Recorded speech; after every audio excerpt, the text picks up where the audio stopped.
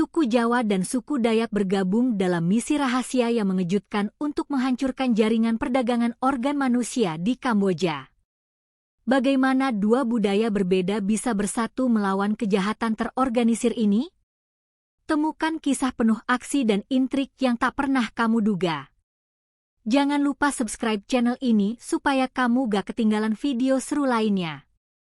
Klik tombol like kalau kamu suka kontennya, dan tulis komentar kamu di bawah ya.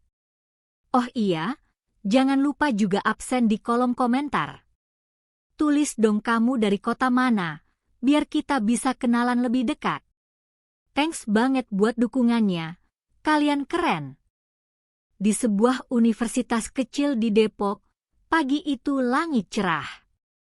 Burung berkicau riang, daun-daun bergoyang pelan ditiup angin sepau-sepau. Di tengah suasana damai itu, seorang mahasiswa bernama Joko berjalan pelan menuju perpustakaan. Ia memakai kaos putih sederhana, celana jeans biru yang sudah agak pudar, dan sandal jepit. Rambutnya pendek dan rapi. Matanya tajam, tapi jarang menatap orang langsung. Ia tidak ramai, tidak suka pamer, dan jarang terlihat ngobrol dengan siapapun.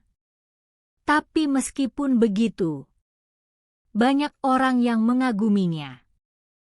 Karena Joko selalu membantu tanpa pamrih. Kalau ada teman kesusahan, dia pasti datang.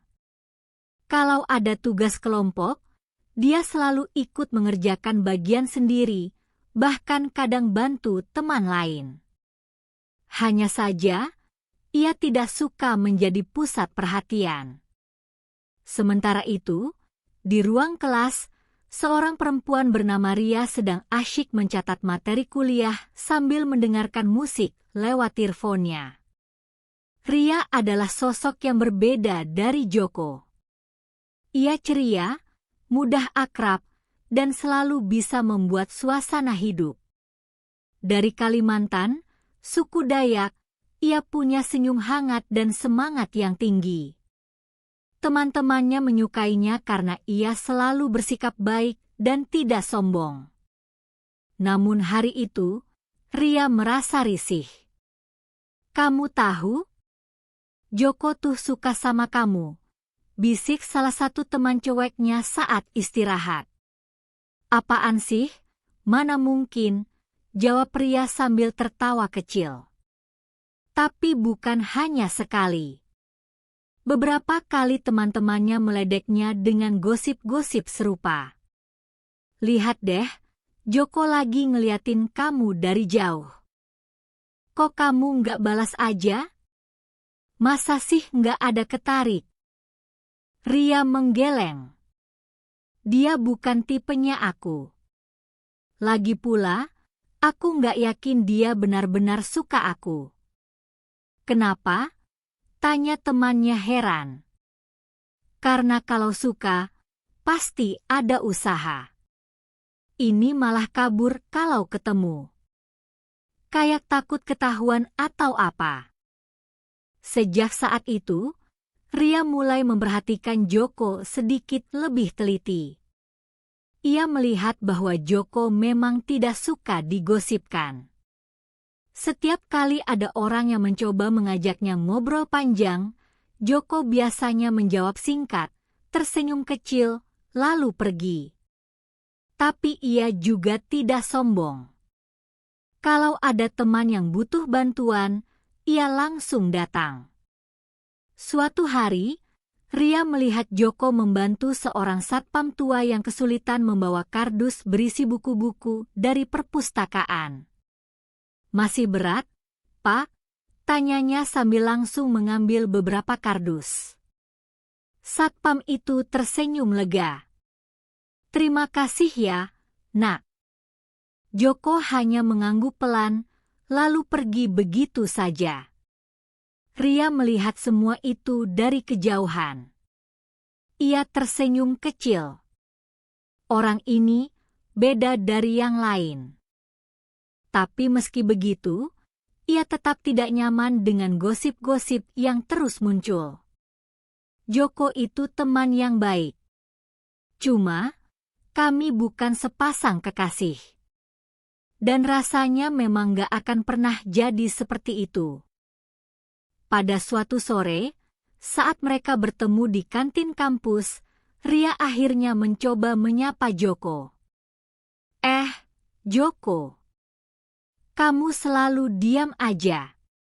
Gak pernah ngerasa kesepian. Joko menoleh, agak kaget. Nggak juga. Aku cuma nggak terlalu suka ngobrol banyak. Oh, gitu. Ria tersenyum. Kalau kamu suka ngobrol, pasti banyak yang mau jadi temanmu. Joko tersenyum kecil. Bukan soal banyak atau enggak. Tapi kadang, diam itu lebih aman. Ria heran. Aman? Diam kok aman? Joko diam sejenak. Ada hal-hal yang gak bisa dijelaskan dengan kata-kata. Kadang, lebih baik diam daripada harus berbohong. Ria memandang Joko dengan tatapan aneh. Kamu ini kayak orang tua aja.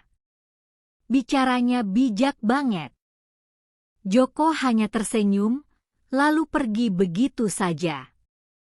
Ria memandang punggung Joko yang menjauh. Benar-benar orang aneh. Tapi entah kenapa, hatinya merasa ada sesuatu yang belum ia ketahui tentang Joko. Beberapa minggu berlalu setelah percakapan kecil antara Ria dan Joko di kantin kampus. Musim hujan mulai datang. Udara di Depok terasa lebih dingin dari biasanya. Tapi bagi Ria dan teman-temannya, ada sesuatu yang jauh lebih aneh dari cuaca. Hari ini, seperti hari-hari sebelumnya, Joko tidak ada di kelas. Awalnya, semua mengira ia hanya sakit atau sedang sibuk. Tapi ketika hari berganti dan Joko masih belum muncul, kekhawatiran mulai muncul. Lo udah kontak Joko? Tanya Bima, teman satu kelompok tugas mereka. Iya, tapi nomornya nggak aktif, jawab Ria pelan. Mungkin dia pulang kampung, sambung Vina, teman perempuan mereka. Kayaknya nggak. Keluarganya juga bilang nggak tahu. Katanya, Joko cuma bilang, lagi ada urusan aja. Ria diam.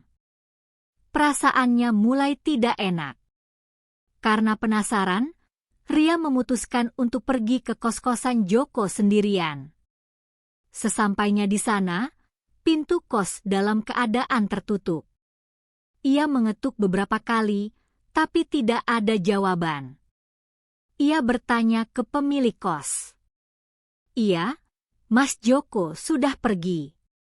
Beberapa hari lalu. Nggak pamitan banyak-banyak. Cuma bilang mau keluar kota buat sementara. Kelihatan buru-buru, tanya Ria. Pemilik kos mengangguk. Kayaknya penting banget. Malam-malam, bawa tas besar. Ngomongnya cepet-cepet. Saya juga heran, kok nggak tinggal surat atau pesan? Ria tidak menjawab. Ia hanya bisa menatap kosong pintu kamar kos itu. Beberapa hari kemudian, Ria melihat sebuah artikel di media online nasional yang membuatnya merinding. Polisi internasional gerebek jaringan perdagangan organ manusia di Kamboja.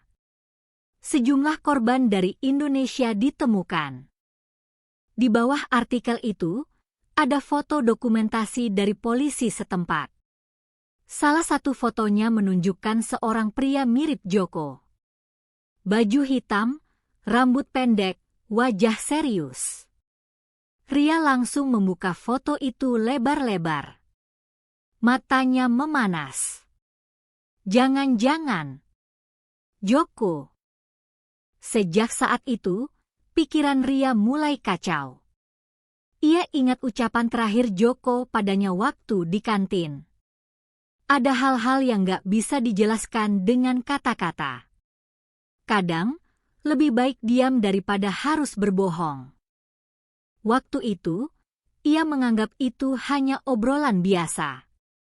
Tapi sekarang, entah kenapa, ia merasa Joko memang sengaja pergi. Hanya saja. Kemana? Dan untuk apa? Beberapa hari kemudian, Ria cerita ke teman-temannya tentang kekhawatirannya.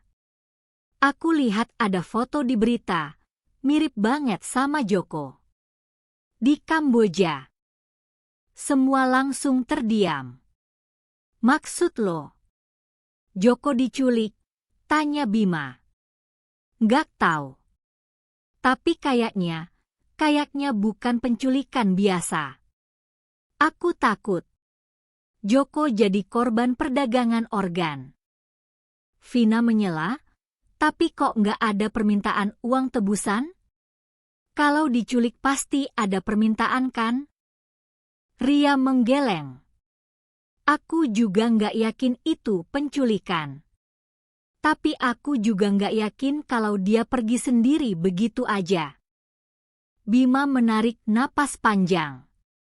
Kalau emang benar, kita harus cari tahu. Joko itu orang baik. Dia nggak pantas menghilang begitu aja. Sore itu, Ria duduk sendirian di bangku taman kampus. Langit mulai memerah. Burung-burung terbang pulang. Tapi hatinya tidak tenang. Ia melihat ke langit sambil memegang HP-nya. Masih menyimpan chat terakhir yang pernah ia kirim ke Joko. Belum dibaca. Nomor bahkan sudah tidak aktif. Joko, kamu di mana? Hari itu, hujan gerimis turun di Depok. Udara terasa dingin. Di dalam kamar kosnya, Ria duduk termenung di depan laptop. Ia masih belum bisa melupakan wajah pria mirip Joko di foto berita itu. Kalau kamu benar-benar ada di sana, aku harus tahu kenapa. Ia mulai membuka browser dan mengetikkan kata kunci. Korban perdagangan organ dari Indonesia. Hasil pencarian memunculkan beberapa artikel. Semuanya menyebut satu tempat yang sama. Kamboja. Beberapa korban diselamatkan di Phnom Penh. Tapi sebelum itu, mereka semua melewati satu titik transit penting. Bandara Internasional Suvarnabhumi, Bangkok, Thailand. Ria tidak tinggal diam.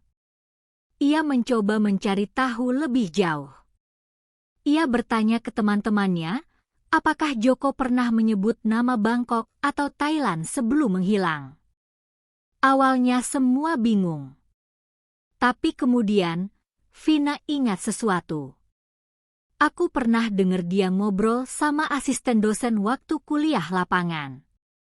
Dia bilang, kalau ada kesempatan, pengen banget lihat sistem kesehatan di Asia Tenggara. Asia Tenggara itu luas, sahut Bima. Tapi kalau dia maksud Thailand, mungkin juga. Ria langsung mencatat informasi itu. Kalau dia benar-benar ke Bangkok, pasti ada jejaknya. Beberapa hari setelahnya, Ria mendapat pesan dari nomor asing lewat aplikasi Telegram. Jangan cari aku. Aku baik-baik saja. Kalau kamu benar peduli, tunggulah. Aku akan pulang. Tidak ada nama pengirim. Hanya pesan pendek. Tapi Ria yakin itu dari Joko. Ia simpan pesan itu dalam folder tersembunyi di HP-nya. Lalu ia putuskan, jika Joko tidak ingin ia datang sekarang. Aku akan menunggu. Tapi kalau suatu hari kau benar-benar dalam bahaya, aku akan datang. Meskipun harus ke neraka sekalipun. Beberapa minggu berlalu. Ria tidak bisa diam begitu saja. Setiap malam, pikirannya dipenuhi bayangan Joko. Dimanapun dia berada, Ria merasa bahwa ia butuh bantuan. Dan kali ini, dia tidak akan menunggu lagi. Dengan tabungan pribadinya dan sedikit pinjaman dari pamannya yang bekerja di LSM Internasional, Ria memesan tiket pesawat ke Bangkok. Tujuannya jelas. Mencari Joko. Ia tidak tahu apa yang akan ia hadapi. Ia bukan detektif. Bukan agen rahasia. Tapi ia punya satu hal yang kuat. Keinginan untuk menyelamatkan seseorang yang peduli pada orang lain, meski tak pernah meminta apresiasi. Sebelum berangkat, Ria bertemu dengan Bima dan Vina di kantin kampus. "Lo serius mau pergi?" tanya Bima. "Iya," jawab Ria tenang. "Aku nggak bisa biarin Joko hilang begitu aja. Aku nggak tahu apa yang terjadi, tapi aku harus pastikan dia baik-baik saja." Vina khawatir. "Lo nggak takut?" Ria tersenyum kecil. "Takut iya. Tapi aku percaya, kadang kita harus lakukan sesuatu yang besar, meski cuma dengan hati yang kecil." Bima menghela napas. "Berarti nggak ada yang bisa nahan lo ya?" Ria menggeleng pelan. "Nggak ada." Sore itu, Ria berdiri di Bandara Soekarno-Hatta, tas kecil di punggung, paspor di tangan. Pesawat tujuan Bangkok siap terbang. Ia menatap langit. "Joko, aku datang." Langit Kamboja menjelang senja terlihat murung. Udara panas, angin bertiup perlahan membawa aroma tanah yang basah. Di tengah hutan dekat Phnom Penh, sebuah mobil hitam berhenti di depan pagar besi berkarat. Seorang lelaki turun. Wajahnya biasa saja, tidak mencolok. Ia memakai kaos lusuh, celana jeans usang, dan sandal jepit. Namanya Hendra, begitu ia menyebut dirinya. Tapi itu bukan nama aslinya. Nama aslinya adalah Joko Praditha. Dan ia bukan mahasiswa biasa. Beberapa bulan lalu, Joko masih duduk di kelas kuliah seperti biasa. Tapi malam-malam, ia sering pergi ke tempat latihan rahasia di pinggiran Jakarta. Ia adalah salah satu dari sedikit agen muda intelijen nasional yang direkrut dari kalangan muda berprestasi, orang-orang yang punya kemampuan analisis tinggi, fisik prima, dan bisa menyatu dengan lingkungan manapun. Joko dipilih karena dua hal utama.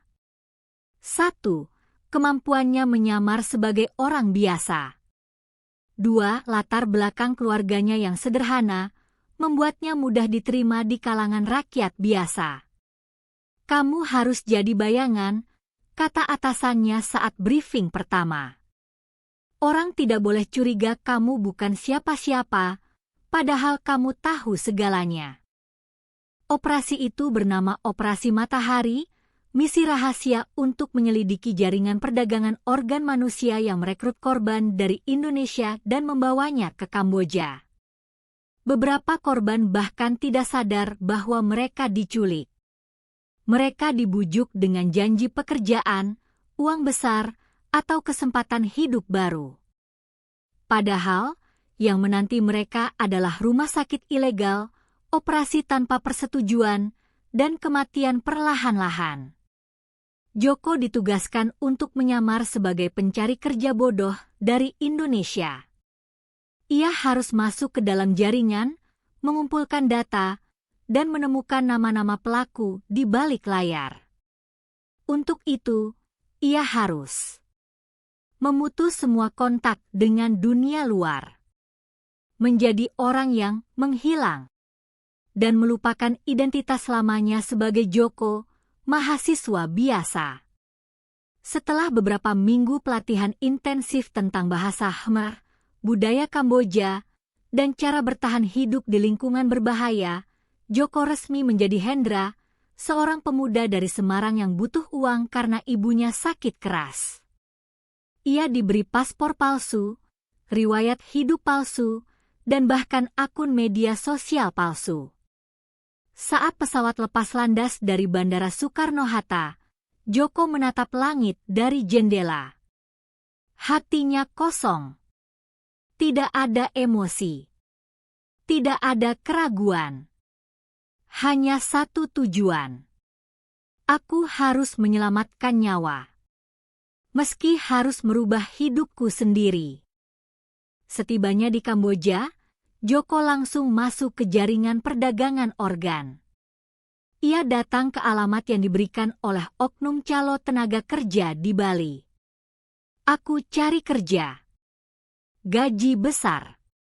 Nggak peduli apa pekerjaannya, katanya pada seorang pria berpakaian rapi bernama Emerseng yang merupakan penghubung antara korban dan jaringan.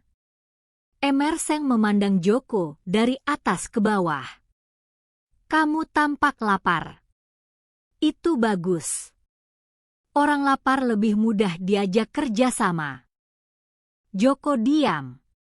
Ia tahu, inilah awal dari misi sesungguhnya. Beberapa hari kemudian, Joko dibawa ke sebuah rumah sakit tua di tengah hutan.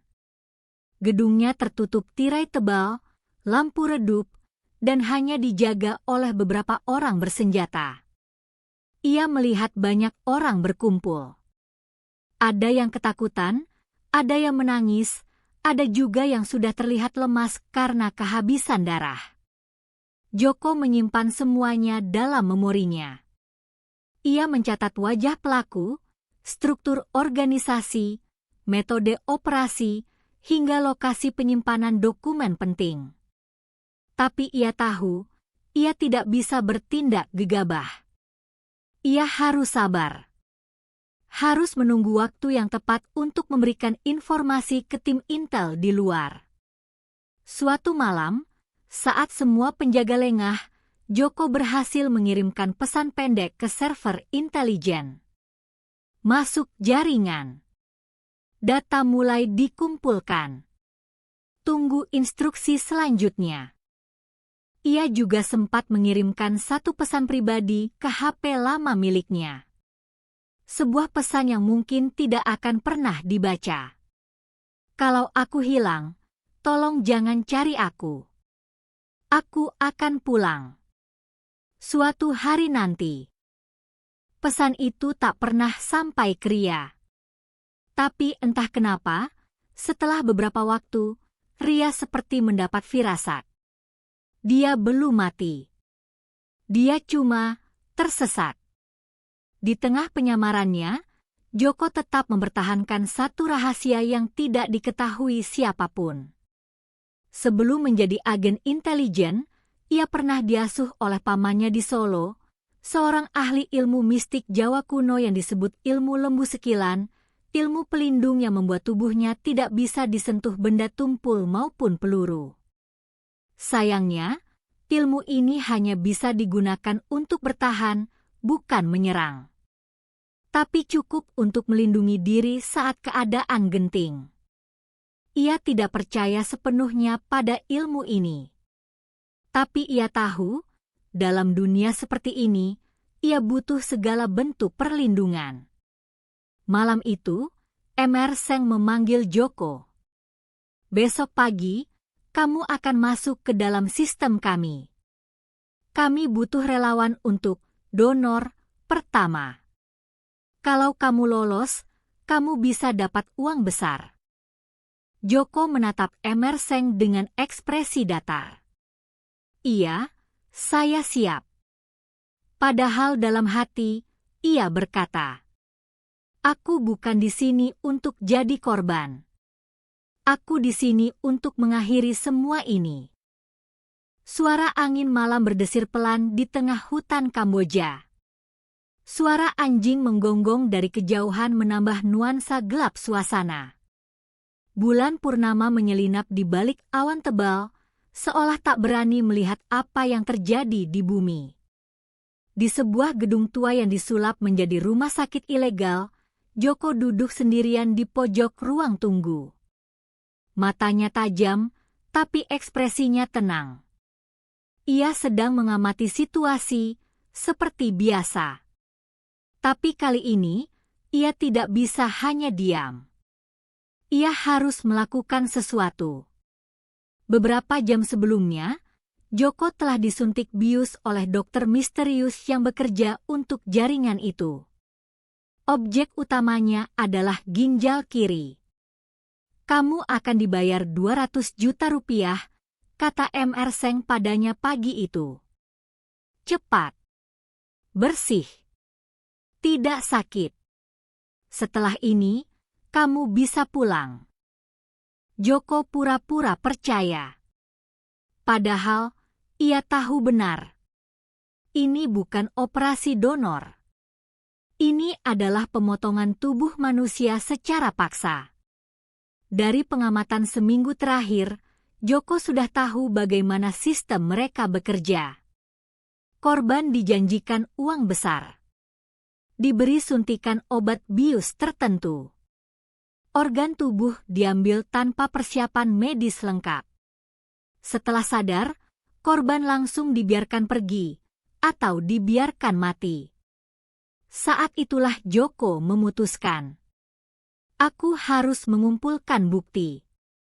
Aku harus keluar hidup-hidup. Dan aku harus membongkar siapa saja yang ada di balik ini semua. Sebelum masuk ke ruang operasi, Joko sempat menyelinap ke ruang arsip di lantai 2. Di sana, ia menemukan dokumen penting, daftar nama korban, foto operasi, serta nama-nama pelaku, termasuk Mr. Lim, bos besar jaringan perdagangan organ internasional asal Cina. Ia berhasil mencuri beberapa data dan menyimpannya dalam SD card mini yang disembunyikan di dalam sandalnya. Namun saat mencoba kabur, ia ketahuan oleh salah satu preman bersenjata. Preman itu langsung menodongkan pistol ke kepala Joko. Kau siapa sebenarnya?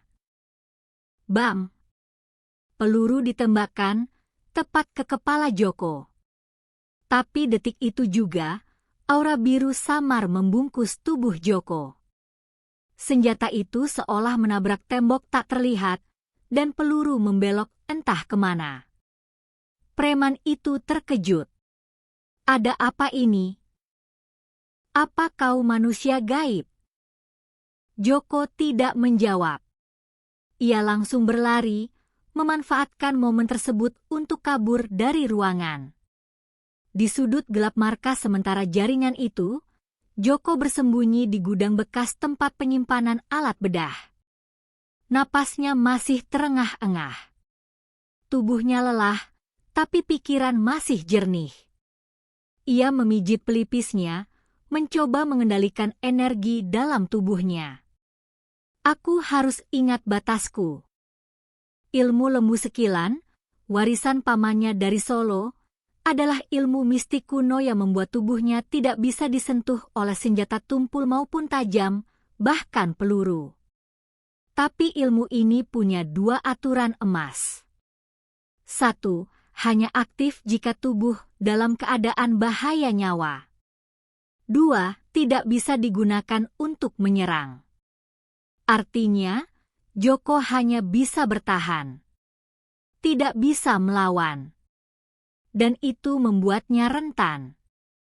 Malam itu, saat penjaga lengah, Joko berhasil menyambungkan HP mininya ke jaringan internet lokal. Ia mengirimkan file data pencurian tadi ke server intelijen nasional. Subjek, Operasi Matahari, tahap 3. Prioritas, sangat penting. Isi, lokasi markas, nama pelaku, foto korban, dan riwayat transaksi. Setelah selesai, Joko melepas kartu SIM dan membuangnya ke sungai dekat markas. 1 langkah lagi menuju pembongkaran jaringan ini. Sementara itu, di Depok, Ria sedang membuka situs Mo internasional yang membahas isu perdagangan organ. ia menemukan artikel tentang penyergapan jaringan perdagangan organ di Kamboja. Salah satu fotonya menunjukkan seorang lelaki bertubuh ramping, kulit sawo matang, rambut pendek, dengan ekspresi dingin. Wajahnya mirip sekali dengan Joko. Ria memperbesar foto itu. Matanya melebar. Aku pikir dia cuma mahasiswa pendiam, ternyata dia lebih dari itu. Ia cek tanggal postingan. Dokumentasi internal operasi rahasia, 12 Agustus 2024. Joko pergi bulan Mei. Artinya, dia tidak hilang karena depresi atau kabur. Dia ada di sana. Menyamar. Untuk sesuatu yang besar. Beberapa hari kemudian, Ria mendapat pesan dari nomor asing via Telegram. Jangan cari aku. Aku baik-baik saja. Jika kamu benar peduli, tunggulah. Aku akan pulang. Pesan itu tidak ditandatangani. Tapi Ria yakin itu dari Joko. Ia simpan pesan itu dalam folder tersembunyi di HP-nya. Lalu ia putuskan, jika Joko tidak ingin ia datang sekarang. Aku akan menunggu. Tapi kalau suatu hari kau benar-benar dalam bahaya, aku akan datang. Meskipun harus ke neraka sekalipun. Di Kamboja, Joko duduk di pojok gelap markas jaringan itu. Ia menatap langit malam, merasa lelah secara fisik dan emosional. Ia ingat wajah Ria. Gosip-gosip teman waktu di kampus. Dan bagaimana ia selalu menjaga jarak agar tidak terlihat dekat. Padahal, aku hanya tak ingin kau terseret ke dunia ini. Hujan deras mengguyur Depok malam itu. Di dalam kamar kosnya, Ria duduk di lantai, memandangi layar laptop. Foto Joko di berita masih terbuka. Ia menatap wajah itu seolah bisa membaca pikiran lelaki itu. Aku tahu kamu tidak hilang begitu saja, kamu sedang melakukan sesuatu. Tapi meskipun ia sudah tahu Joko mungkin masih hidup, rasa khawatir tak kunjung hilang. Kalau kamu baik-baik saja, kenapa kamu nggak pulang? Beberapa hari setelah melihat foto itu, Ria membuat keputusan besar. Ia akan pergi ke Bangkok. Bukan untuk ikut-ikutan misi rahasia atau jadi agen intelijen. Tapi hanya karena satu alasan. Aku harus pastikan kamu baik-baik saja. Dengan tabungan pribadinya dan bantuan pamannya yang bekerja di LSM Internasional, Ria memesan tiket pesawat ke Bangkok. Ia juga membawa paspor lamanya yang masih aktif. Saat memberitahu Bima dan Vina, reaksi mereka campur aduk antara kaget dan khawatir. Lo serius mau pergi? Tanya Bima. Iya, jawab Ria mantap. Aku nggak bisa biarin Joko sendirian. Aku nggak tahu apa yang dia lakukan di sana, tapi kayaknya dia butuh bantuan. Vina menyela. Lo nggak takut? Ini bukan liburan biasa, loh. Ria tersenyum kecil. Aku takut. Tapi aku percaya, kadang kita harus lakukan sesuatu yang besar, meski cuma dengan hati yang kecil. Pagi itu, Ria berdiri di Bandara Soekarno-Hatta, tas kecil di punggung, paspor di tangan. Pesawat tujuan Bangkok siap terbang. Sebelum naik, ia membuka HP-nya. Masih menyimpan chat terakhir yang pernah ia kirim ke Joko. Belum dibaca. Nomor bahkan sudah tidak aktif. Joko, aku datang. Setibanya di Bangkok, Ria langsung merasakan perbedaan. Udara panas dan lembab menyambutnya. Suara klakson, aroma makanan jalanan, dan riuh pasar malam terasa asing baginya. Ia menginap di penginapan kecil dekat stasiun kereta BTS. Dari situ, ia mulai mencari informasi tentang perdagangan organ manusia di Kamboja dan cara masuk ke wilayah itu secara legal maupun ilegal. Ia bertanya ke beberapa LSM lokal, mencoba mengumpulkan data. Tapi semua orang tampak ragu padanya. "Kamu ini siapa? Polisi? Intelijen?" tanya seorang aktivis HAM. Ria tersenyum. "Enggak. Aku cuma teman. Tapi aku percaya dia butuh bantuan." Di malam pertama di Bangkok, Ria mengalami mimpi aneh. Ia melihat Joko di tengah hutan. Tubuhnya berdarah-darah. Ia sedang diburu oleh pria berseragam gelap. Tapi tiba-tiba, bayangan biru membungkus tubuhnya dan peluru yang ditembakkan ke arahnya membelok entah kemana. Lalu muncul suara seperti bisikan angin. Dia punya perlindungan. Tapi dia butuh bantuan. Dia tidak bisa sendiri. Ria terbangun mendadak. Napasnya terengah-engah. Tubuhnya berkeringat dingin.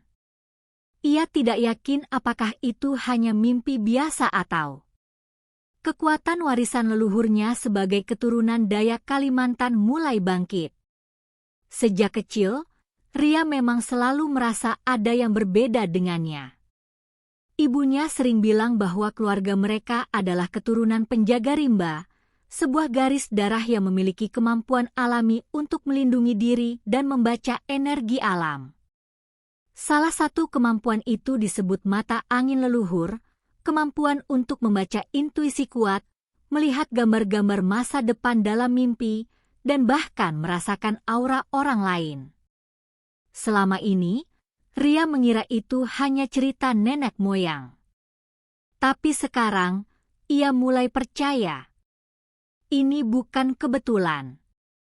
Aku di sini karena ada alasan. Esok paginya, Ria berhasil menemukan petunjuk penting.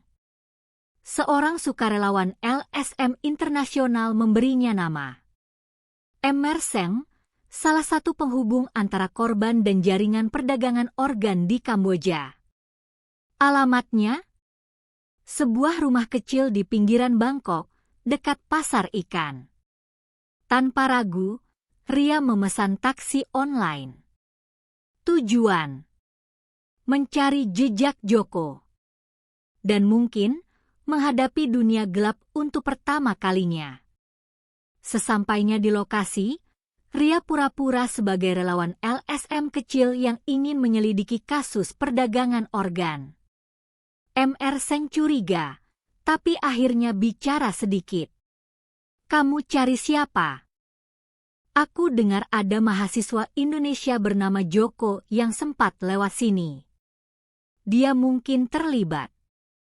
Emer Seng diam sejenak. Matanya menyipit.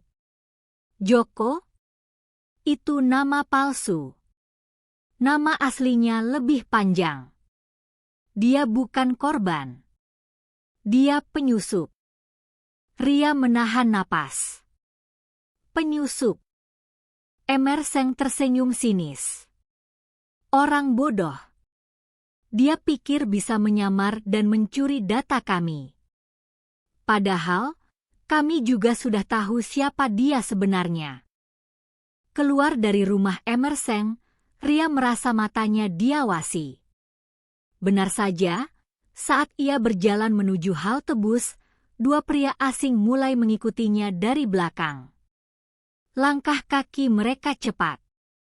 Pandangan mata mereka tajam. Satu dari mereka menyembunyikan tangan di balik jaket, mungkin menyimpan senjata. Ria mempercepat langkahnya. Hatinya berdebar keras. Lalu, tiba-tiba, aura dingin menjalar di tubuhnya. Seperti ada angin kencang yang tidak terlihat. Ia menoleh, dan tanpa sadar, Kakinya bergerak otomatis, menghindari pukulan dari salah satu pria itu. Pria itu terkejut. "Siapa kamu sebenarnya?" Ria tidak menjawab. Ia hanya mundur perlahan, lalu berlari secepat kilat. Ria akhirnya berhasil kabur. Ia masuk ke dalam taksi dan menyuruh sopir pergi secepat kilat. Dari jendela mobil, ia melihat dua pria itu berusaha mengejar, tapi gagal. Ia mengambil napas panjang. Ini baru permulaan. Di dalam taksi, Ria menatap langit Bangkok yang gelap. Ia tidak tahu apa yang akan ia hadapi di Kamboja. Ia bukan tentara, bukan intel. Tapi ia punya satu hal yang sangat kuat. Kekuatan warisan leluhur. Dan tekad yang tidak bisa dipatahkan. "Joko, aku datang. Tunggu aku." Langit Kamboja menjelang senja terlihat murung. Udara panas, angin bertiup perlahan membawa aroma tanah basah dan asap bekas pembakaran sampah. Di sebuah desa kecil dekat Phnom Penh, dua jiwa akhirnya bertemu kembali, meski bukan dalam kondisi yang mereka harapkan. Joko sedang duduk di pojok gelap sebuah gudang tua, mencoba memperbaiki jaringan internet portabelnya. Ia baru saja berhasil menyelinap keluar dari markas jaringan perdagangan organ setelah mengumpulkan bukti penting tentang Emer Lim dan para pelaku lainnya. Ia bersiap mengirim data ke server intelijen nasional saat tiba-tiba. Brak! Pintu gudang ditendang dari luar. Suara langkah kaki banyak orang mulai mendekat. "Dia ada di dalam," teriak salah satu preman. Joko langsung bangkit. Matanya menyipit. Ia tahu ini bukan hanya penjaga biasa. Ini adalah tim pencari, tim yang dikirim oleh Emer Lim untuk menangkap atau bahkan membunuhnya. Beberapa ratus meter dari gudang itu, Ria tengah bersembunyi di balik pepohonan. Ia memakai jaket hitam dan celana jeans, lengkap dengan sepatu olahraga yang sudah belepotan lumpur. Setelah beberapa hari menyelidiki dan menyamar sebagai relawan kemanusiaan, ia akhirnya menemukan lokasi markas sementara Joko. Tapi saat ia sampai di sana, ternyata situasinya sudah sangat berbahaya. "Joko," gumamnya pelan. "Aku harus masuk." Tanpa pikir panjang, ia melompati pagar kayu dan mulai merayap menuju gudang. Dalam hitungan detik, Joko melemparkan botol kosong ke arah lawan untuk mengalihkan perhatian. Ia bergerak cepat, melompati kotak-kotak kayu, dan mencoba kabur lewat pintu belakang. Sayangnya, jalan keluar sudah diblokir oleh dua orang bersenjata. Satu dari mereka mengacungkan pistol ke kepalanya. "Kau pikir bisa kabur?" Tepat saat pelatuk ditarik. Dor. Peluru dilepaskan. Tapi sesaat sebelum mengenai kepala Joko, tubuhnya diselimuti aura biru samar. Peluru itu membelok entah kemana. Preman itu terkejut. "Ada apa ini? Apa kau manusia gaib?" Joko diam saja. Ia tahu, ilmu lembu sekilan hanya bisa melindungi. Tidak bisa menyerang. Dan jika ia tidak punya rencana B, maka malam ini mungkin akan menjadi akhir dari misinya. Tapi malam itu, nasib berkata lain. Saat salah satu preman bersiap menembak lagi, sesuatu terjadi begitu cepat. Sebuah bayangan melompat dari atas atap gudang. Gerakannya seperti kilat. Angin dingin tiba-tiba menyelimuti tempat itu. Salah satu preman terseret jatuh, terpental seperti daun kena badai. Yang satunya terkejut. "Siapa lo?" Bayangan itu mendarat ringan di depan Joko. Itu adalah Ria. Napasnya terengah-engah. Matanya tajam. Tapi ekspresinya tenang. Joko, kamu nggak usah sendirian lagi. Joko hampir tidak percaya. Ria Aa? Apa yang kamu lakukan di sini? Ria tidak menjawab. Ia malah menoleh kedua preman itu. Kalian mau tangkap dia? Silakan kalau berani. Preman pertama maju, ingin menyerang Ria dengan pisau lipat. Tapi sebelum pisaunya sempat mengenai kulit Ria, tiba-tiba angin kencang menyelimuti tubuh Ria. Pisau itu terpental, seperti mengenai tembok tak terlihat. Preman itu terkejut. Lo ini siapa? Setan apa-apa? Joko juga terkejut. Tapi ia tidak punya waktu untuk bertanya. Kita harus kabur. Sekarang. Mereka berlari menyusuri jalanan kecil di pinggiran desa. Ria di depan, Joko di belakang. Dua preman masih mengejar mereka dari belakang. Salah satunya melemparkan batu besar ke arah Ria. Tapi sekali lagi, angin kuat membungkus tubuh Ria. Batu itu terpental entah kemana. Joko menyadari sesuatu. Kekuatanmu? Ria tersenyum kecil. Aku juga punya perlindungan. Bedanya, aku bisa melawan. Joko menggeleng pelan. Kita harus tetap kabur. Ini bukan tempat aman. Beberapa jam kemudian, mereka bersembunyi di dalam goa kecil di tepi hutan. Hujan gerimis turun, membuat suasana semakin syahdu. Joko menatap Ria tajam. Kenapa kamu datang? Aku bilang jangan cari aku. Ria tidak mundur. Karena aku tahu kamu butuh bantuan. Dan aku nggak bisa tinggal diam kalau temanku dalam bahaya. Joko menarik napas panjang. Aku bukan teman biasa. Aku agen intel. Aku sedang dalam misi rahasia. Kalau kamu ikut, kamu bisa mati. Ria menjawab tenang. Aku bukan cewek penakut. Lagi pula, aku juga bukan orang biasa. Joko terdiam. Lalu Ria menambahkan. Aku keturunan Dayak. Aku bisa melindungi diriku sendiri. Dan aku bisa bantu kamu. Joko memandang Ria sejenak. Lalu akhirnya, ia menghela napas.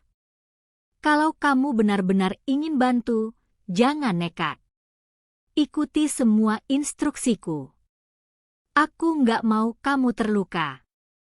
Ria tersenyum kecil. Janji. Malam itu, Joko dan Ria saling berbagi informasi. Joko memberitahu Ria tentang Emer Lim, bos besar jaringan perdagangan organ. Ia juga cerita tentang bagaimana korban-korban itu direkrut, dicuci otak, lalu diambil organ tubuhnya secara paksa.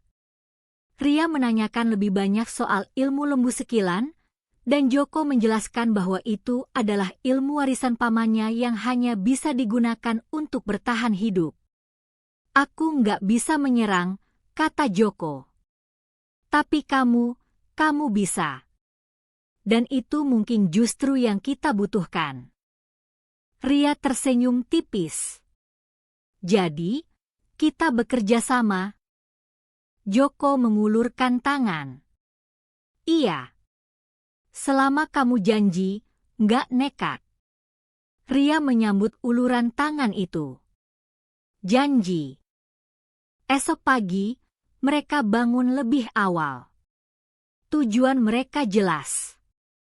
Menyusup ke markas utama Emer Lim, menyelamatkan korban, dan membongkar jaringan perdagangan organ ini hingga ke akarnya. Joko membawa data-data yang berhasil ia curi. Ria membawa kekuatan leluhurnya dan tekad yang tidak bisa dipatahkan. Mereka bukan pasangan romantis. Bukan duo superhero. Tapi mereka adalah dua jiwa yang percaya bahwa dunia ini masih bisa diperbaiki.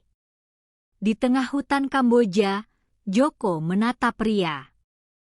"Kamu tahu resikonya, kan?" Ria tersenyum. "Aku tahu. Tapi aku juga tahu satu hal." Ia menatap matanya lurus-lurus. "Aku nggak akan biarin kamu hilang begitu aja. Aku datang bukan karena suka atau sayang. Aku datang karena kamu layak diselamatkan." Joko termenung. Untuk pertama kalinya, ia merasa tidak sendirian. Langit Kamboja malam itu gelap pekat. Hanya sinar bulan samar yang menyelinap di balik awan tebal. Di sebuah villa besar di pinggiran Phnom Penh, lampu-lampu menyala redup. Pagar tinggi mengelilingi bangunan megah itu. Di dalamnya, Emer Lim, bos besar jaringan perdagangan organ internasional, sedang memimpin rapat penting. "Joko bukan korban biasa," kata salah satu asistennya. "Ia penyusup. Kami yakin dia bekerja untuk intelijen Indonesia." Emer Lim menatap layar monitor. Foto Joko muncul di sana. Ia tersenyum dingin. "Kalau dia ingin perang, kita kasih dia perang." Beberapa ratus meter dari villa itu, Joko dan Ria duduk di balik pepohonan, mengamati situasi. Ria menatap layar kecil yang menunjukkan data pelacakan dari HP mini Joko. "Ini markas mereka?" tanyanya pelan. Joko angguk. "Iya. Ini tempat semua transaksi dilakukan. Tempat para korban dibawa sebelum dikirim ke rumah sakit ilegal." Ria menelan ludah. "Aku belum pernah masuk tempat kayak gini sebelumnya." Joko menoleh padanya. "Jangan takut. Aku akan lindungi kamu." Ria tersenyum kecil. "Aku juga bisa melindungi diriku sendiri, loh." Setelah memastikan posisi aman, Joko dan Ria menggunakan rencana penyamaran. Joko pura-pura sebagai agen penghubung baru yang dikirim dari Thailand. Sementara Ria menyamar sebagai penerjemah lokal. Mereka berhasil melewati gerbang pertama dengan surat palsu dan penampilan percaya diri. Tapi begitu sampai di dalam, "Aku bisa merasakan sesuatu yang aneh," bisik Ria pelan. Joko menatapnya heran. "Apa maksudmu?" Ria menutup matanya sejenak, seperti mencoba membaca energi ruangan.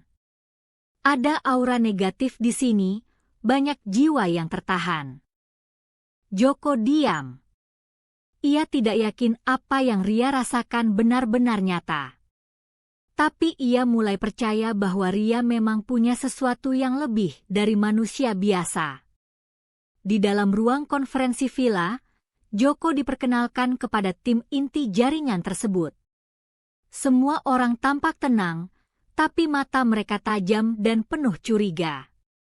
Di ujung meja panjang, duduklah Emer Lim, lelaki Cina Kamboja berusia sekitar 50 tahun, wajahnya datar seperti patung. "Kamu agen baru?" tanyanya dalam bahasa Inggris. "Iya," jawab Joko dengan logat yang ia latih selama beberapa minggu. "Aku dikirim dari Bangkok untuk pengiriman pasien minggu ini." Emer Lim menatap Joko lama, seperti mencoba membaca pikirannya. Lalu ia berkata, "Kami butuh lebih dari sekadar agen lapangan. Kami butuh seseorang yang bisa dipercaya. Kalau kamu ingin bergabung, tunjukkan loyalitasmu." Selama beberapa jam, Joko berhasil mencuri informasi penting. Nama-nama dokter yang bekerja di rumah sakit ilegal. Daftar nama korban dari Indonesia dan negara lain. Lokasi penyimpanan uang hasil operasi ilegal. Rekening bank internasional tempat uang itu disimpan. Saat kesempatan muncul, Joko menyelipkan SD card kecil ke dalam printer server. Data berhasil tersalin. Ia hanya tinggal keluar, lalu mengirimkannya ke server intelijen nasional. Sementara Joko menyusup ke dalam, Ria tetap di luar, menjaga agar semuanya aman. Ia menyamar sebagai pembersih lantai 2. Tapi saat sedang mengumpulkan dokumen dari meja salah satu pegawai, tiba-tiba seorang wanita berseragam hitam masuk ke ruangan. "Kamu siapa?" tanya wanita itu dalam bahasa Khmer. Ria mencoba menjawab dalam bahasa yang sama. "Aku staf baru. Disuruh ambil dokumen." Wanita itu curiga. Matanya menyipit. "Bukan. Kamu bukan staf kami." Detik itu juga, wanita itu menodongkan pistol ke arah Ria. "Siapa kamu sebenarnya?" Ria tidak mundur. Ia menatap pistol itu dengan tenang. Lalu tiba-tiba, angin kencang bertiup dari dalam ruangan. Pistol itu terpental dari tangan wanita itu. Wanita itu terkejut. "Apa yang kamu lakukan? Apa kamu setan?" Ria tidak menjawab. Ia hanya mundur perlahan, lalu berlari keluar secepat kilat. Beberapa menit kemudian, Joko keluar dari ruang konferensi. Wajahnya serius. Ia langsung menuju titik temu dengan Ria. Dan di sanalah ia melihat Ria sudah menunggu, napas masih terengah-engah. "Lo kenapa ngos-ngosan?" "Aku ketahuan. Dan aku baru aja bikin pistol jatuh sendiri." Joko terdiam. Lalu ia bertanya pelan. "Bagaimana caranya?" Ria tersenyum kecil. "Itu rahasia keluarga. Tapi sepertinya mereka mulai sadar kalau kita bukan orang biasa." Di tengah hutan dekat villa, Joko membuka laptop kecil dan menghubungkan HP-nya ke satelit darurat. Data telah tersalin. Semua dokumen penting tentang jaringan perdagangan organ telah dikirim ke server intelijen nasional. "Ini cukup untuk menjerat mereka secara internasional," kata Joko. "Tinggal menunggu waktu saja sampai polisi setempat dan aparat internasional turun tangan." Ria duduk di batu kecil.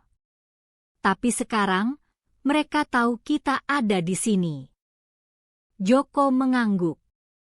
"Kita harus siap. Mereka pasti akan datang." Beberapa jam kemudian, mobil hitam besar berhenti di depan villa. Tidak ada cahaya lampu. Tidak ada suara mesin. Hanya keheningan yang menyeramkan. Di dalam villa, Emer Lim sedang menatap layar komputer. Wajah Joko dan Ria muncul di kamera pengintai. Ia tersenyum dingin. "Ternyata, kalian bukan orang biasa." Lalu ia berbisik pelan. "Sayang sekali. Aku ingin lihat bagaimana tubuh kalian bereaksi di bawah tekanan." Saat malam semakin larut, Joko dan Ria duduk berdampingan di goa kecil tempat mereka bersembunyi. "Mereka tahu kita di sini," kata Ria. "Kita harus siap." Joko menatap matanya. "Kamu masih bisa kabur. Aku nggak mau kamu terluka." Ria tersenyum tipis. "Aku nggak akan kabur. Aku janji." Joko menghela napas. "Kalau begitu, ikuti semua instruksiku." Jangan nekat. Ria mengangguk. Janji. Di dalam goa kecil itu, api unggun menyala redup. Bayangan wajah Joko dan Ria terlihat samar-samar di dinding. Joko melihat keluar. Malam gelap. Hanya suara angin yang menjawab. Besok, semuanya akan dimulai. Ria menatapnya. Aku siap. Joko tersenyum kecil. Kita bukan pasangan superhero. Tapi, aku harap kita bisa selamat dari semua ini. Langit Kamboja malam itu penuh awan tebal. Hujan gerimis turun perlahan, membasahi daun-daun di hutan dekat Phnom Penh. Di sebuah villa besar, cahaya lampu menyala redup. Di dalamnya, Emer Lim duduk dengan ekspresi dingin. Kita harus habiskan mereka sekarang, katanya pada tim pembunuh bayaran. Joko dan temannya itu bukan orang biasa. Tapi aku yakin, mereka punya batas. Beberapa jam kemudian, puluhan preman bersenjata lengkap menyebar di hutan dekat goa tempat Joko dan Ria bersembunyi. Ria sedang berjaga di luar goa, sementara Joko sedang memperbaiki HP satelit untuk mengirim data final ke server intelijen nasional. Tiba-tiba, dor, dor, suara tembakan terdengar dari kejauhan. Peluru-peluru menghantam pepohonan dan dinding goa. Ria langsung bereaksi. Ia melompat ke udara, tangan terentang, dan angin kuat menyelimuti tubuhnya. Serangan peluru pertama berhasil ia hindari atau alihkan. Tapi serangan tidak berhenti. Lagi dan lagi, peluru datang bertubi-tubi. Ria berlari zigzag di tengah semak-semak, menggunakan kecepatan tinggi dan instingnya untuk bertahan hidup. Tapi kali ini, lawan lebih banyak dan lebih terlatih. Dor. Peluru pertama hanya menggores bahunya. Dor. Peluru kedua meleset tipis. Dor. Peluru ketiga mengenai kakinya. Dor. Peluru keempat membuatnya tersungkur. Dor. Peluru kelima nyaris mengenai dadanya. Aura pelindung Ria mulai melemah. Ia merasakan rasa sakit menusuk di sekujur tubuhnya. Ini beda dari sebelumnya. Ia mencoba bangkit, tapi lututnya lemas. Salah satu penembak menyeringai dari kejauhan. Cewek aneh itu akhirnya bisa disentuh juga. Di dalam goa, Joko mendengar suara tembakan. Ia langsung tahu Ria dalam bahaya. HP-nya masih menyimpan file penting, tapi ia tidak punya waktu lagi. Ia berlari keluar. Tanpa ragu, Joko langsung masuk ke medan tembak.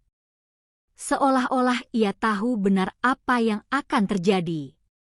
Dor, dor, dor. Belasan peluru ditembakkan ke arahnya. Tapi semua peluru itu membelok entah kemana begitu mendekati tubuh Joko. Auranya biru samar menyelimuti tubuhnya, tanda ilmu lembu sekilan aktif. Salah satu preman terkejut. Apaan dia? Manusia gaib. Joko tidak menjawab. Ia langsung menuju Ria yang terluka dan membawanya ke balik pepohonan besar. Lo kenapa nekat? Desis Joko. Ria tertawa kecil meski wajahnya pucat. Gue pikir gue bisa. Ternyata, gue masih butuh bantuan. Sambil menutupi Ria dari serangan, Joko menjelaskan cepat. Kekuatan lo hebat. Tapi itu cuma sampai titik tertentu. Gue lihat tadi, lo bisa alihkan 2-3 peluru. Tapi kalau lebih dari itu, Ria menelan ludah. Iya. Gue mulai ngerasain sakitnya. Joko menatap matanya. Gue nggak bisa menyerang. Tapi gue bisa melindungi kita berdua. Dan lo bisa menyerang. Lo bisa menghancurkan mereka sebelum mereka sempat menembak. Ria mengangguk pelan.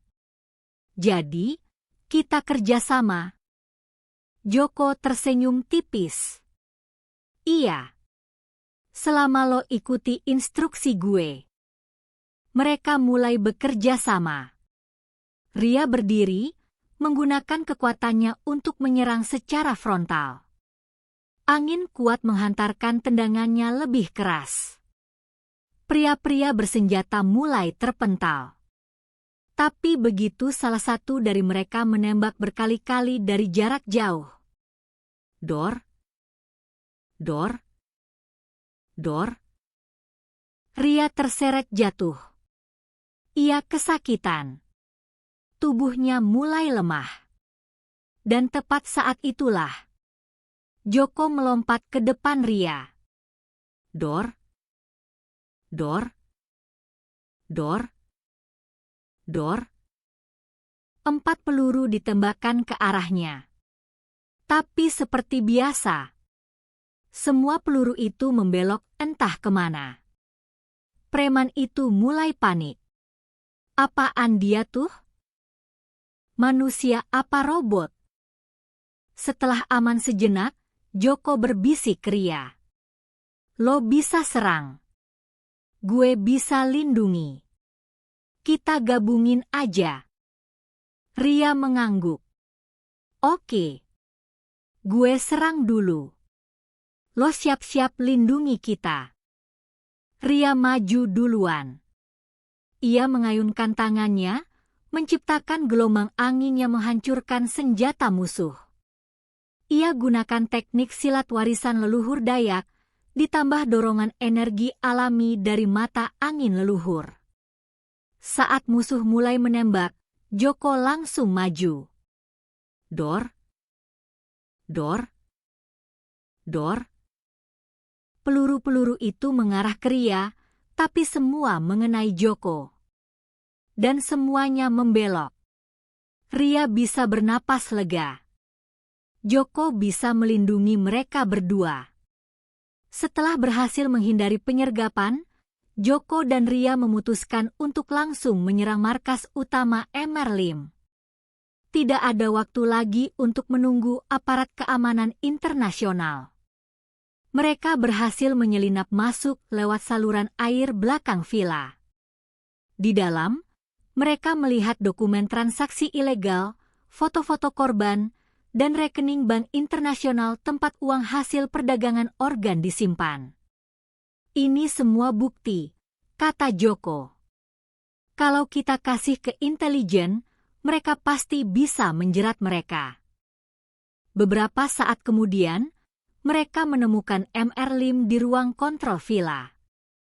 Kalian pikir bisa lolos? Tanyanya sinis. Kalian cuma 2 orang. Kami punya pasukan. Joko menatapnya tajam. Kami cuma butuh cukup bukti untuk menjatuhkan kalian. Bukan pasukan. Ria menambahkan. Kami juga punya sesuatu yang gak lo punya. Keberanian dan kekuatan yang lo gak tahu asal-usulnya. Emerlim menatap mereka berdua. Lalu ia tersenyum dingin. Buktikan. Tim pembunuh bayaran langsung menyerbu mereka. Ria maju duluan, menyerang dengan kombinasi angin dan tendangan kuat. Ia hancurkan beberapa senjata, buat beberapa musuh terjatuh. Tapi saat salah satu dari mereka mencoba menembak dari jarak dekat, Joko langsung melompat ke depan. Dor. Dor. Dor. Tembakan itu mengenai Joko dari jarak dekat. Tapi ia tidak terluka. Ia hanya diam. Tenang. Seperti patung tak tersentuh. Cepat, Ria, teriak Joko. Gunakan kekuatan lo sekarang. Ria mengangguk. Ia mengumpulkan seluruh energinya, lalu angin besar menyelimuti ruangan. Meja, kursi, dan bahkan para penjaga terpental. Emer Lim sendiri terjatuh, terpental ke dinding. Saat chaos terjadi di dalam villa, sirene polisi setempat terdengar dari kejauhan. Intelijen Indonesia telah menerima semua data dari Joko. Mereka datang untuk menangkap Emer Lim dan seluruh timnya. Joko dan Ria saling pandang. Berhasil, kata Joko pelan. Ria tersenyum. Kita berhasil. Beberapa jam kemudian, polisi dan intelijen berhasil menyelamatkan korban dan menangkap seluruh pelaku. Joko dan Ria duduk di ambang pintu villa, melihat langit mulai cerah. Kamu oke? Tanya Joko. Iya. Cuma lecet-lecet dikit, jawab Ria. Tapi gue belajar satu hal hari ini. Joko menoleh. Apa? Ria tersenyum kecil. Kita emang beda. Tapi kalau bersatu, kayaknya nggak ada yang bisa ngalahin kita. Joko tersenyum tipis. Iya. Kita emang beda. Tapi mungkin itu yang bikin kita bisa saling melengkapi. Besok paginya, berita internasional mulai ramai. Polisi internasional gerebek jaringan perdagangan organ manusia di Kamboja. Sejumlah korban diselamatkan. Pimpinan sindikat, Emer Lim, ditangkap di lokasi. Penyelidikan lanjutan sedang dilakukan oleh Interpol dan Intelijen Nasional. Di dalam pesawat kembali ke Bangkok, Joko dan Ria membaca berita itu bersama. Ria menatap layar HP. Kita berhasil, Joko. Semua orang bakal tahu kebenarannya. Joko menatap langit-langit pesawat. Kita belum selesai. Masih banyak jaringan lain. Tapi setidaknya, ini adalah awal. Di atas langit Kamboja, pesawat terbang menuju Bangkok. Di dalamnya, dua jiwa yang tadinya tidak saling kenal kini menjadi tim yang solid. Joko, agen muda dengan ilmu pelindung yang tak terkalahkan. Ria, gadis Dayak dengan kekuatan angin dan semangat yang tidak pernah padam. Mereka bukan sahabat biasa. Bukan pasangan romantis. Tapi mereka adalah simbol bahwa kekuatan manusia bisa menjadi luar biasa kalau digunakan untuk hal yang benar. Langit Depok pagi itu cerah. Burung-burung berkicau riang di taman kampus. Di sebuah bangku taman biasa, seorang lelaki bernama Joko duduk sendirian seperti dulu lagi. Kaos putih lusuh. Celana jeans usang. Sandal jepit. Ia tidak berubah secara penampilan. Tapi hatinya sudah bukan hati yang sama. Beberapa bulan telah berlalu sejak operasi penyergapan di Kamboja. Emer Lim dan timnya sudah ditahan oleh aparat internasional. Data-data penting berhasil dikumpulkan. Korban-korban mulai pulih. Tapi untuk dunia luar, terutama teman-teman kampus, tidak ada yang benar-benar tahu apa yang terjadi. Saat Joko dan Ria kembali ke Indonesia, mereka tidak membuka semua rahasia. Hanya pamannya Joko dan 1-2 orang intel yang mengetahui kebenaran. Sementara bagi teman-teman, lo kemana aja sih? Nilang kayak diseret UFO. Di kampus, kepergian Joko dan Ria menjadi bahan obrolan panjang. Joko pergi karena stres, kata Vina suatu hari. Aku dengar dia nggak kuat sama tekanan kuliah. Bima nyeletuk. Nggak juga. Aku dengar dia ikutan program pertukaran pelajar ke Bangkok. Cuma nggak umum-umum banget. Ria mendengar semua itu sambil tersenyum kecil. Ia tidak pernah membantah. Ia hanya menjawab singkat. Aku cuma butuh waktu istirahat sebentar. Joko juga sama. Dia baik-baik saja. Tapi meskipun begitu, ia bisa melihat bahwa banyak teman yang masih penasaran. Dan mungkin akan selamanya penasaran. Suatu sore, Joko dan Ria bertemu di kantin kampus. Mereka memesan teh manis hangat seperti biasa. Lo udah siap balik ke dunia normal? Tanya Ria. Iya, jawab Joko pelan.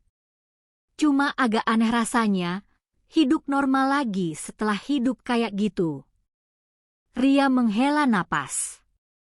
Gue juga. Kadang mimpi buruk tentang markas MR Lim masih muncul. Joko menoleh padanya. Kalau lo butuh bicara, lo bisa kasih tahu gue. Ria tersenyum tipis. Iya. Gue tahu. Sejak kembali ke kampus, Joko dan Ria memang sedikit berubah. Tapi tidak dalam cara yang mencolok. Joko tetap pendiam, tapi lebih terbuka pada teman-teman. Ia masih rajin membantu satpam bawa barang, masih rajin ke perpustakaan, tapi kadang terlihat lebih waspada. Ria tetap ceria, ramah, dan mudah akrab. Tapi ia mulai lebih selektif dalam memilih teman. Ia juga sering memberikan nasihat bijak tanpa sadar. Ada apa dengan kalian berdua? Kok kelihatan beda? Tanya Bima suatu hari. Joko hanya tersenyum kecil. Mungkin kita cuma baru ngerasain hidup di luar zona nyaman. Beberapa minggu setelah kembali ke kampus, Joko menerima pesan dari nomor asing. Kamu sudah kembali ke Jakarta. Ia langsung tahu itu dari atasannya di intelijen. Ia balas singkat. Iya. Masih istirahat. Lalu muncul balasan. Kalau kamu siap, kami butuh kamu lagi. Ada misi baru.